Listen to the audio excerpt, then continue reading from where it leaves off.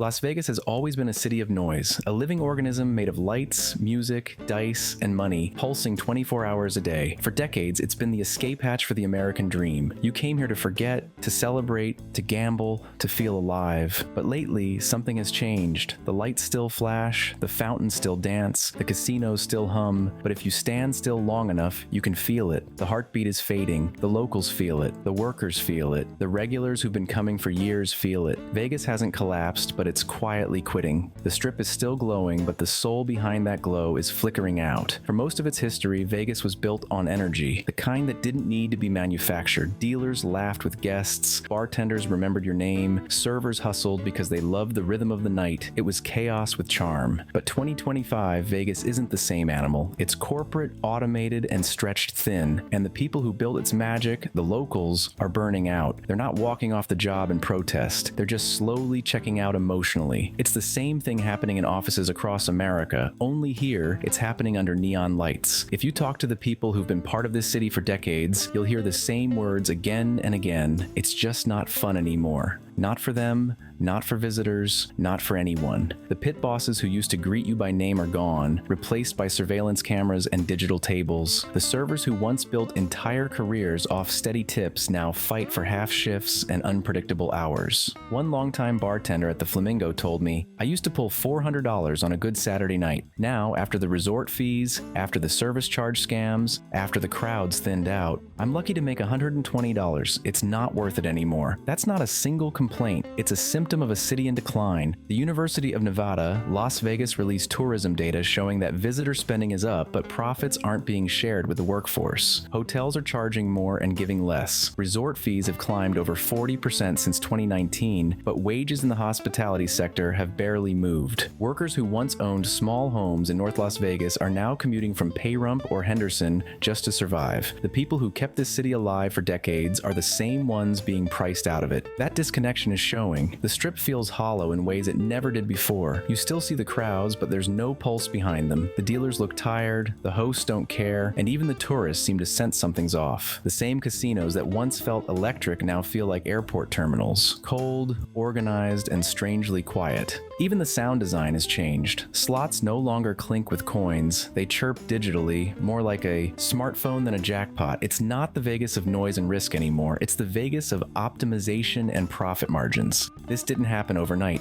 The warning signs started years ago during the pandemic when the Strip's ownership changed hands. Major Wall Street investment firms like Vici Properties and MGM Growth Properties quietly bought up almost every major resort. The Bellagio, Caesars, the Mirage, Mandalay Bay, Park MGM, all sold to investment trusts. The Strip became an asset portfolio, and that's when the tone shifted. Vegas stopped being a city and started being a spreadsheet. Every job, every comp, every amenity became a line item to be cut or restructured. The people running Vegas today aren't showmen, they're accountants. And accountants don't care about atmosphere. They care about yield. That's how you get a Vegas where everything costs double, where parking used to be free but now costs $50, where a cocktail is $25 and a basic breakfast costs $40. That inflation isn't just driving away tourists, it's suffocating the locals. The average hourly wage for casino staff in 2024 was $17.60, while the average rent in Clark County crossed $1,700 a month. Do the math, that's unlivable. Workers are leaving quietly. They're moving to Arizona, Texas, Utah, anywhere cheaper. The ones who stay are exhausted, juggling two jobs and pretending to care, while the city bleeds energy from every corner. Even the entertainment scene is losing steam. The smaller shows, the lounge acts, the local comics, the cover bands have been replaced by corporate residencies that feel repetitive and sterile. Locals used to fill small venues on off nights. Now those stages are dark. The city that once launched performers is now importing them for billion-dollar residencies. It's polished, but it's empty. Locals say the Strip doesn't feel like Vegas anymore. It feels like a theme park version of it. And the irony is that the Strip's decline isn't because of lack of money. It's because of too much greed. The casinos are more profitable than ever on paper, but that profit is concentrated in management and investors, not the people creating the experience. It's an illusion of success built on burnout. In fact, the Southern Nevada Hotel Association quietly reported a 12% turnover spike in 2024, most of it coming from service positions that used to be considered stable. People aren't striking or quitting loudly, they're just detaching. They show up, they clock in, they go home.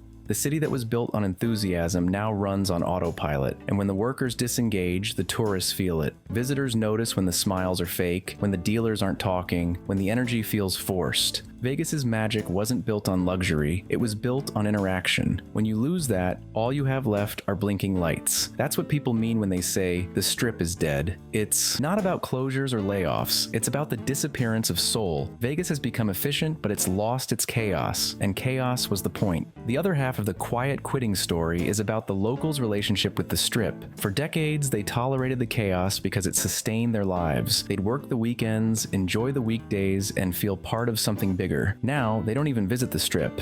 Ask anyone from Las Vegas proper when they last went there, and you'll get the same answer.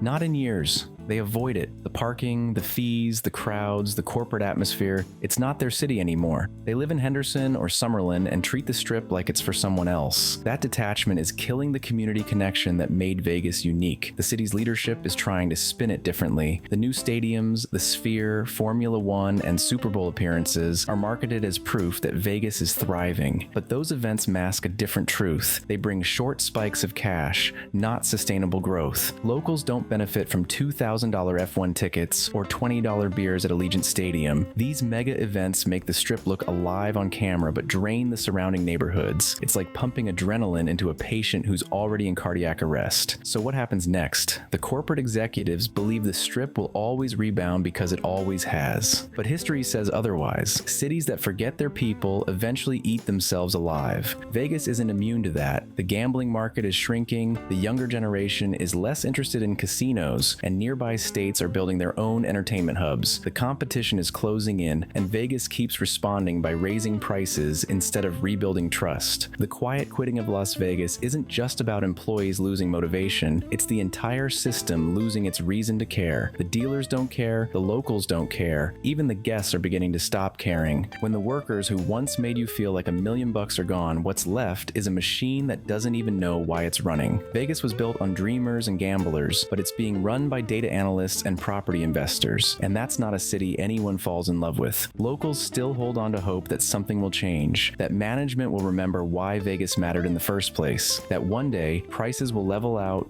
the service will return, and the Strip will feel like a living, breathing city again. But hope doesn't pay rent, and it doesn't refill the energy that's already drained out. If nothing changes, this quiet quitting will turn into something permanent. Not a crash, but a slow fade into irrelevance, and that's the scariest part. Vegas won't die in one big moment, it'll just get quieter. Each year, fewer workers will care, fewer locals will stay, fewer tourists will feel the thrill, until one day someone will look at the glowing skyline and realize it's just lights, bright, empty, and hollow. The Strip won't need to close to die, it'll just stop being alive.